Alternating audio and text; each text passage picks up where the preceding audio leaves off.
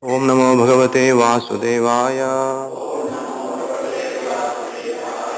Reading from Canto 3, Chapter 14, text number 26. Na yasya loke svajana parova natyadruto nota kaschid vigarhayaha vayam vitarya charanapaviddham ashasmahe jambata bhukta bhogam. Translation and purport by His Divine Grace Srila Bhai Charanavinda Bhaktivedanta Swami Srila Prabhupada. Translation. Lord Shiva regards no one as his relative, yet there is no one who is not connected with him. He does not regard anyone as very favorable or abominable.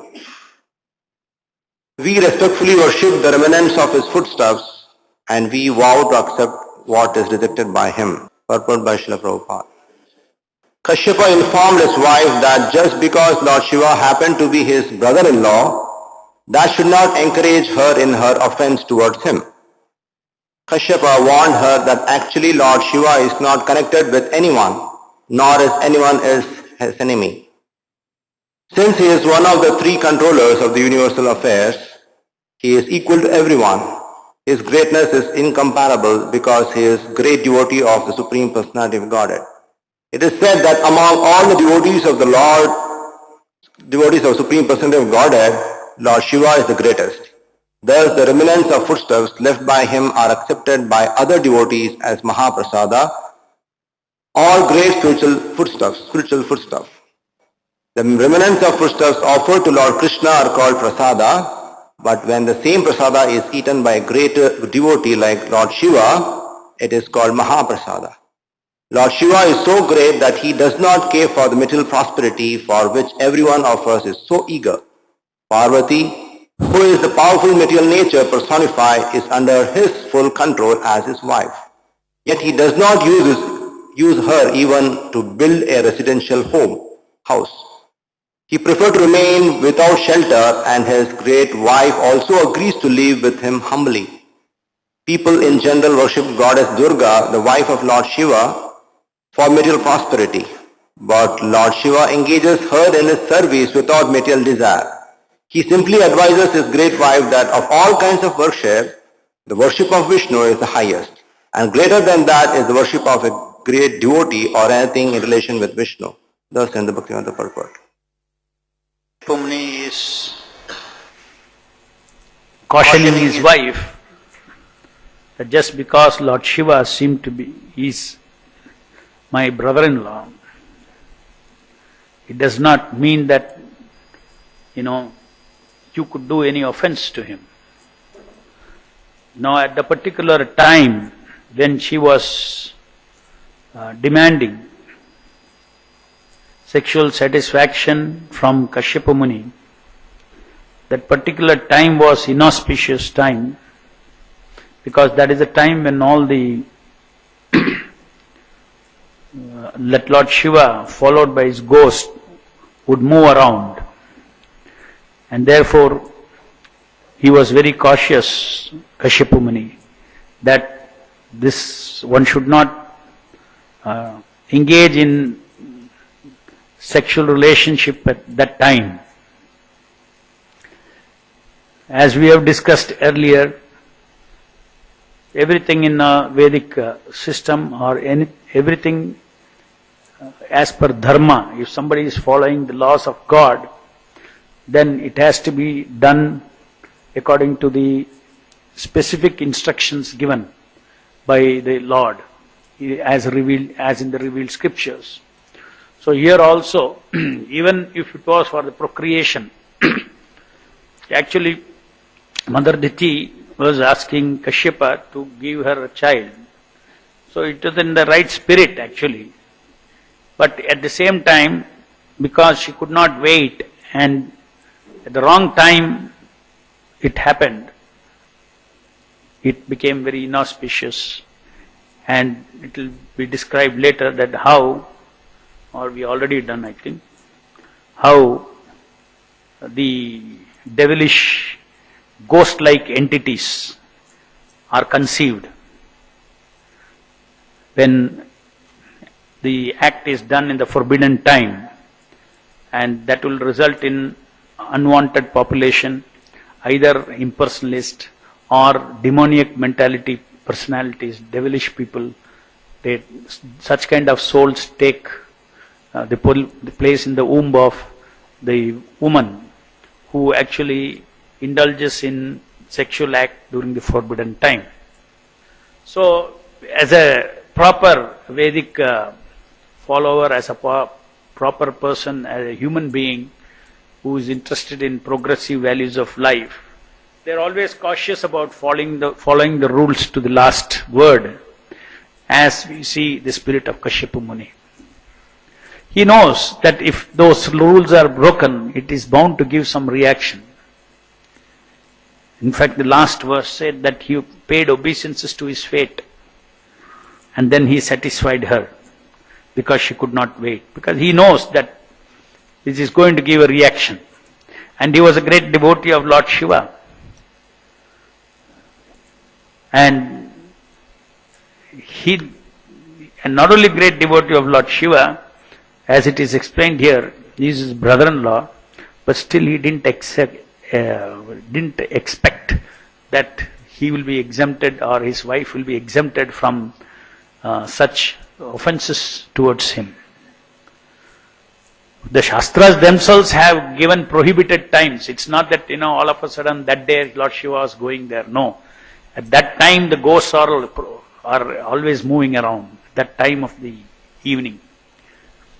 So, therefore it is already, set in the scriptures that these times one should not have sex, even if it is for procreation. So such fine rules and regulations are there if one has to actually get good progeny. In the Garbhadhana samskara, just like you see any other samskara you do, there is a timing for it. But there is a muhurta for it. That muhurta is, there are certain favorable times, unfavorable times. You avoid that and then do it in favorable times. We are talking about the pravritti marga. So in the same way here also, Garbhadhana is another samskara. There are timings for all those things. When one should do, when one should not do the sexual act for procreation, it's all very well described. Nowadays nobody knows these things, but these are all very important to bring good progeny into this world. That is why it is said that in Bhagavad Gita also Krishna says, Arjuna says, I think, when all these, people are, if I kill all these husbands, then women will be left alone in the battlefield. And that will only increase Varna Shankara. Varna Shankara means, then that is creating living entities or bringing forth living entities without Garbhadhanas, without proper samskara. Then the whole world will be filled with all devilish living entities. Yeah, of course, every time of history there are devilish people and there are devotee people. Demigods and there are asuras. Both are always there in this material world. So, Lord Shiva being one of the controllers, Brahma, Vishnu and Maheshwara, Lord Shiva being in charge of Tamoguna, is considered to be a greatest devotee of Lord Vishnu. Because in spite of being in Tamoguna, he is always remaining transcendental. Actually, the tattva of Shiva is a very sensitive tattva, not so easily available, understandable, not so easily comprehensible. Neither Lord Shiva is a Jiva, nor is he Vishnu. And the Brahma Samhita gives a very good example of how If the milk has become curd, then it doesn't become milk again, not reversible. So in the same way, it is Lord Vishnu only who has become Shiva to take charge of the three modes of the material, the tamasic mode of nature. And therefore, he is different from Lord Vishnu, and he is considered to be the greatest devotee. Vaishnavanam yata Shambhu. So Lord Shiva is a very, very unique and a special place in the Vaishnava Siddhanta. He should not be disrespected in any manner, in any point of time. Then it is like offending a pure devotee of the Lord. It is said here that his prasadam. Of course, Lord Shiva, being a great devotee of the Lord, there is nothing that he does not, he offers everything to the Lord, everything that he eats is prasadam. But then, there are, so if whatever he takes, that prasadam, if you take, it is called Mahaprasadam. Prabhupada gives a very, a clear example or a clear explanation of what is the difference between prasadam and Mahaprasadam. Prasadam is what is taken by the Lord. Mahaprasadam is that prasadam is further honored by pure devotees. That is Mahaprasadam. So Mahaprasadam is more powerful. Mahaprasadam. The highly potent, as Prabhupada says, great spiritual foodstuff. Another name he is given, Mahaprasadam. Great spiritual foodstuff. And taking that Mahaprasadam of Lord Shiva is very purifying, but at the same time it is in our system, generally what happens, every temple of Lord Shiva, what they offer may not become prasadam or Mahaprasadam, because unwanted things are offered by the tamasic people to Lord Shiva. So that does not mean that, whatever tamasic they offer to Lord Shiva becomes prasadam or Mahaprasadam.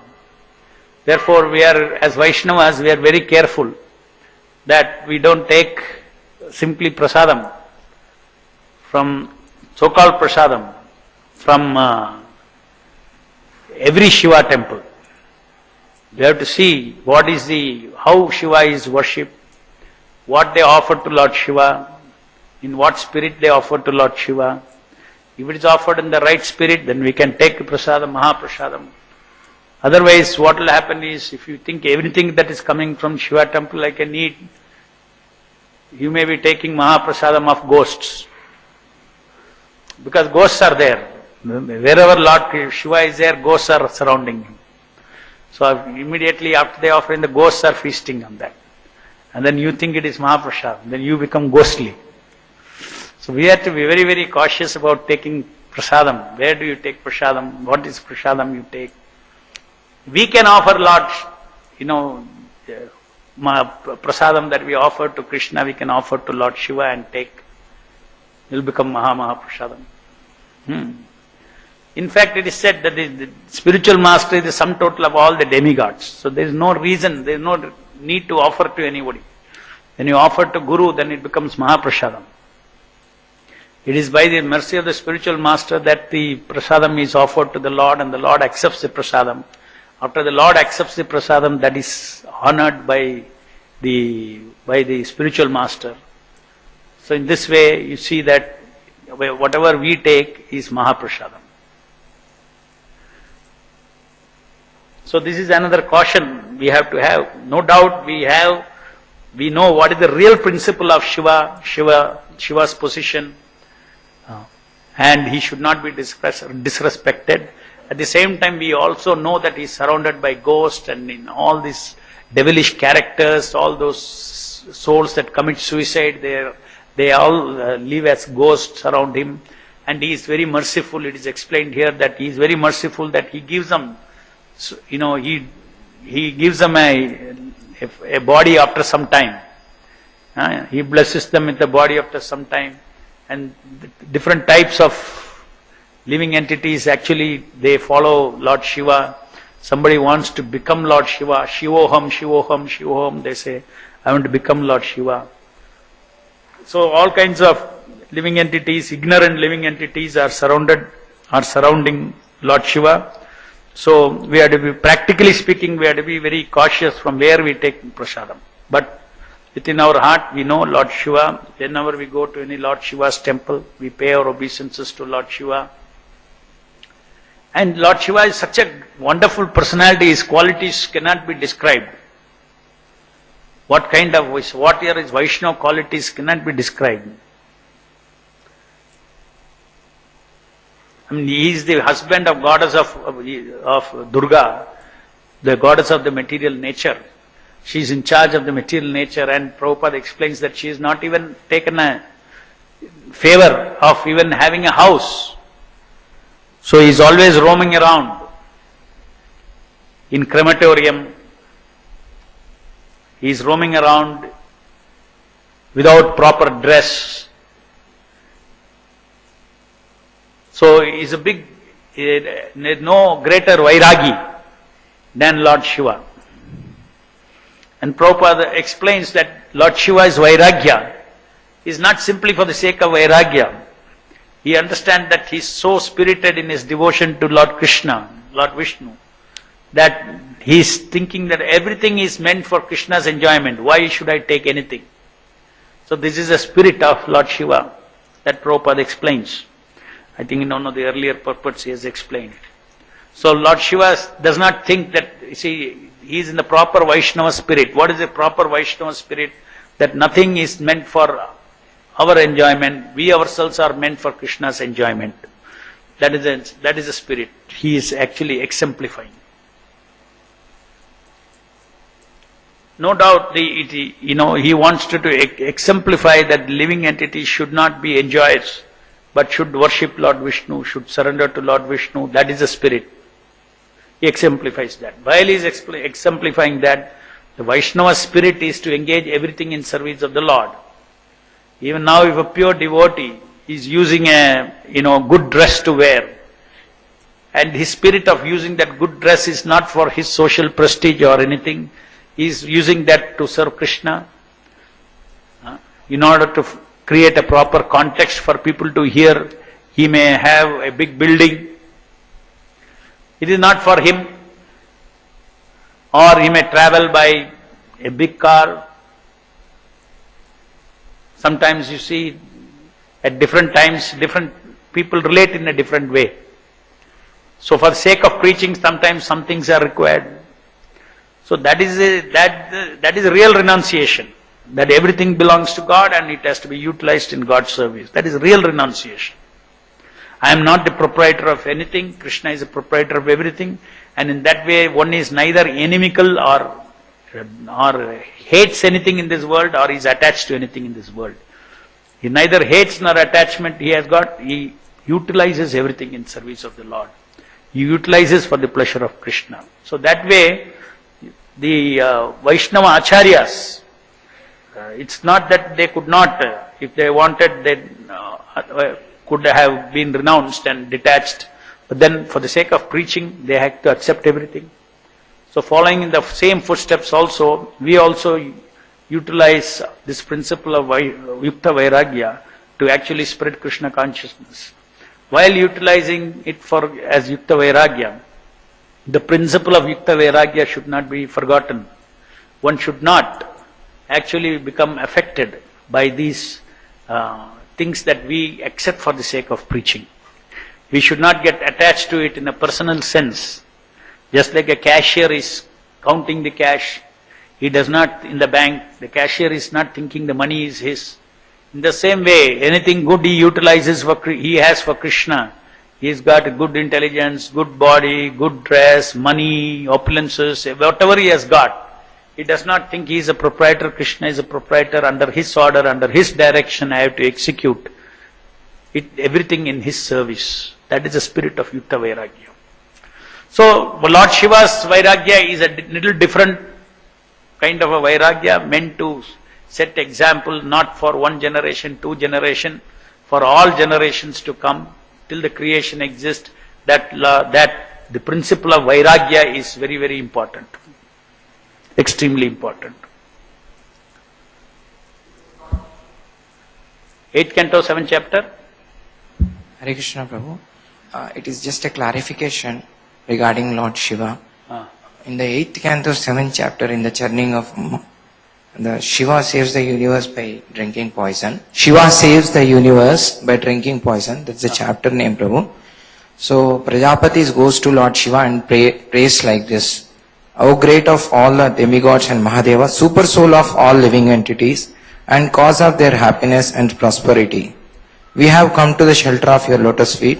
Now please save us from this fiery poison. Means they are addressing him as a super soul of all living entities, Lord Shiva. And also addressing, you are the one incarnates as Brahma, Vishnu and Maheshwara. What is it? You are the one who, next prayer they are saying, O Lord, you are self-effulgent and supreme. You create this material world by your personal energy and you assume the names Brahma, Vishnu and Maheshwara when you act in creation, maintenance and annihilation. So in which mode they are offering, Prabhu? See, you are saying that here Lord Shiva is said to be the source of Brahma, Vishnu and Maheshwara, isn't it? That's what he said. That's what it said. Yes, Prabhu. That's what you read. Here it is given like that. Huh? He's the source. Okay. First is the super soul of all living entities. That's okay, that I heard. Yeah. And the second they are saying, you assume the names Brahma, Vishnu and Maheshwara when you act in creation, maintenance and annihilation. Yeah. So like that. So one thing, you see, we have to understand one thing. The Maheshwara of this, each Brahmanda is different from the original Rudra. Original Rudra is another principle. Sadashiva, the principle of Sadashiva. So that is why it is said that this principle is very difficult to understand, Lord Shiva Tattva. So it is not incorrect to say that from him everything is coming, because again he is also, his Vishnu has become Shiva, like milk and curd, simultaneously one and different. So we have to see what is the other context. Who is glorifying? Prajapatis. Prajapatis are glorifying. And even Maheshwara is the Shiva of this world, which implies that, you see, he is the source of Maheshwara, the Shiva who is the source of Maheshwara also.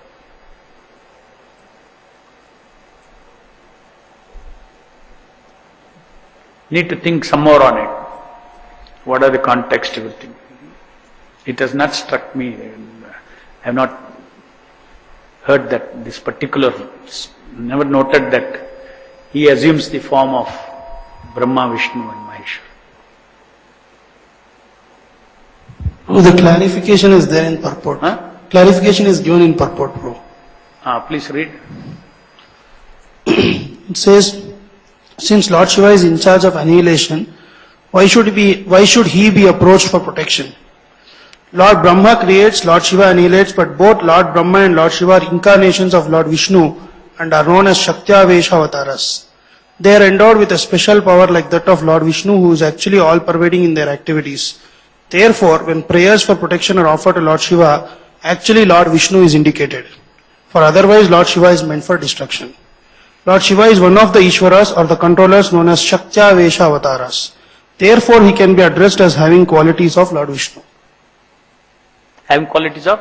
Lord Vishnu. Lord Vishnu. And then this one also, it is said that that self-effulgent. And you create Brahma, Vishnu, Maheshwara. There it is said, this prayer is actually offered to Lord Vishnu, the Purusha, who in his incarnations as Guna Avataras assumes the names of Brahma, Vishnu and Maheshwara. Right. Also the Shirodakshay Vishnu, who is the maintainer, he also comes under Gunavataras. Because you see in the purport Prabhupada says Mahavishnu, Mahavishnu is the source of all. So from Mahavishnu, this Gunavatara, in each Brahmanda, there is Vishnu, Kshirodaksha Vishnu, Gunavatara is. So he is one of the, he is a Sattva Gunavatara, that way. The origin is Mahavishnu. So it's actually been offered, prayer being offered to Mahavishnu. It is a glorification of Mahavishnu.